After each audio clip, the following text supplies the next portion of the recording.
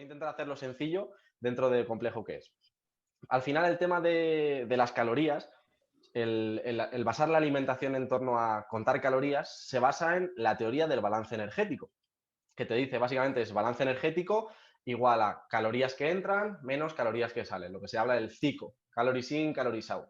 Vale, estamos simplificando el cuerpo humano como si fuese una fórmula, es decir, balance energético igual a calorías que entran y calorías que salen. Ya está. Nuestro cuerpo es mucho más complejo que esa fórmula. Esto puede valerte para una bomba de calorimetría donde tú quemas los alimentos y sacas ese calor, esas calorías.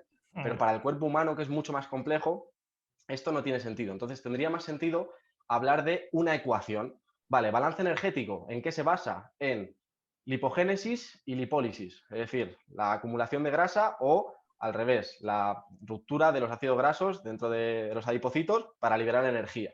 Esto ya sería algo más exacto a lo que ocurre en el cuerpo, a nivel de balance energético. Lipogénesis, lipólisis, igual a calorías que entran, calorías que salen. Calorías que entran, calorías que salen, podemos controlar cosas. Podemos controlar cuánto, la calidad de los alimentos, cada cuánto consumirlos. Vale, pero con esto no es suficiente. Tenemos que ver qué es lo que regula esta lipogénesis y esta lipólisis, ¿vale? Que básicamente es la regulación fisiológica del tejido adiposo.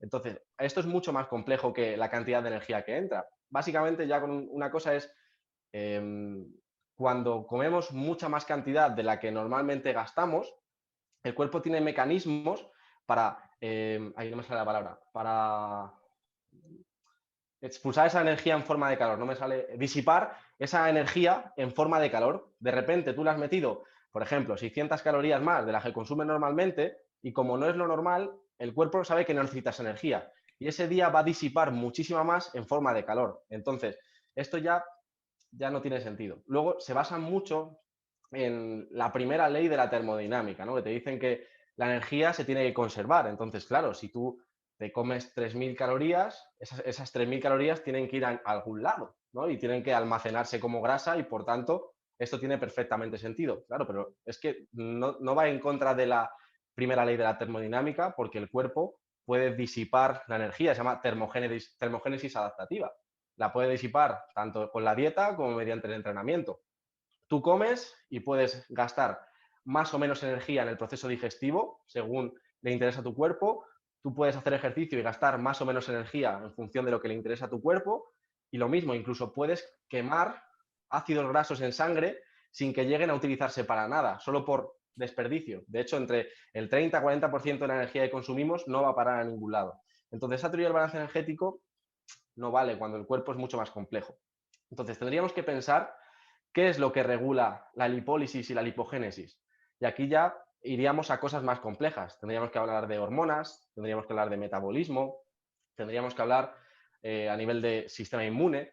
Por ejemplo, por poner algunos ejemplos fáciles. La insulina regula muchísimo la entrada de ácidos grasos a los adipocitos. Entonces, no es lo mismo que nosotros comamos la misma cantidad de calorías en 2 comidas que en 5. Porque si solo comemos 2 veces, vamos a aumentar nuestra insulina en el cuerpo menos veces que si comemos 5. Por tanto, tendremos menos ganancia o acúmulo de grasa comiendo las mismas calorías. Solo por eso, una persona, una chica, por ejemplo, en función de la diferencia de la fase del ciclo menstrual, si tiene más o menos estrógenos, va a almacenar más o menos grasa con la misma alimentación. De esto hay al final estudios de todo. Una misma alimentación, igual calorías, lo único que modificas es el índice glucémico de los carbohidratos. Las dietas con mayor índice glucémico, las personas ganan más grasa.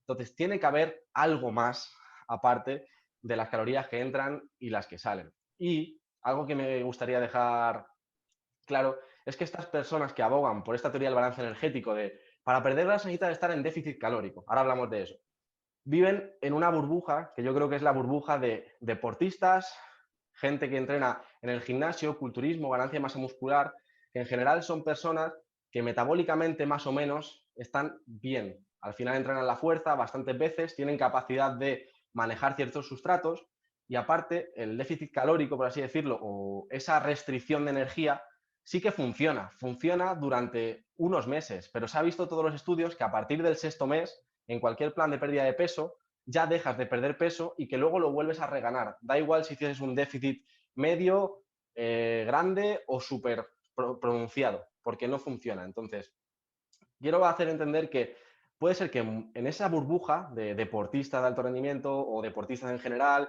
culturismo, etcétera, puede que esto funcione. Al final tú haces un periodo de volumen en el que estás 3 meses comiendo más, aumentas tu masa muscular y luego otros 3 meses donde estás reduciendo. Perfecto.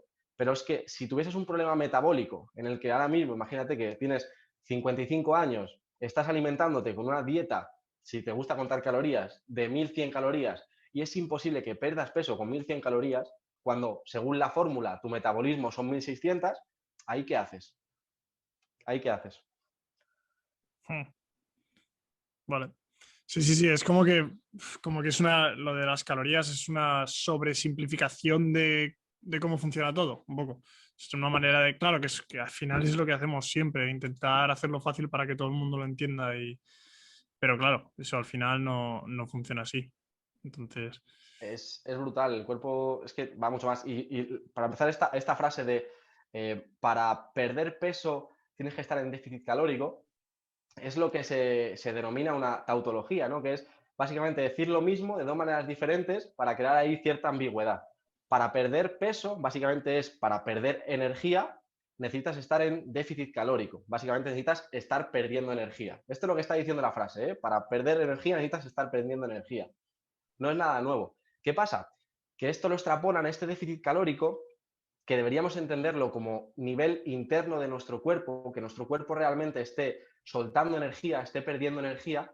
Ellos lo extrapolan a una dieta que tengas en papel donde paso de comer 2.800 calorías a comer 2.500. Y creen que el estar comiendo 2.500 es estar en déficit calórico, cuando puede ser que esa variación de 300 kilocalorías en alimentos a tu cuerpo no le suponga un déficit calórico, porque puede ser que esas 300 calorías las esté disuadiendo en forma de calor directamente, o que las esté utilizando para ejercicio aumentando el gasto y no está en déficit calórico. Entonces, el déficit calórico interno es distinto al déficit calórico de un papel o de una dieta, porque en el cuerpo las cosas funcionan diferentes.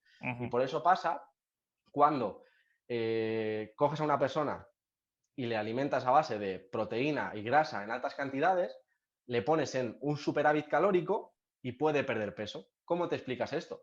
Pues porque al final las proteínas y las grasas, sobre todo las proteínas, se utilizan para formar todas las células de nuestro cuerpo y las grasas tienen una función también muy importante a nivel de formación de membranas celulares, a nivel de hormonas, a nivel de regulación del metabolismo. Entonces, no solo estas grasas van a eso, ácidos grasos de cadena media van para la microbiota, muchas cosas. Entonces, ese déficit calórico interno no puedes saberlo, es que no sabemos la energía que gastamos ni la que soltamos. No lo sabemos, no lo podemos saber.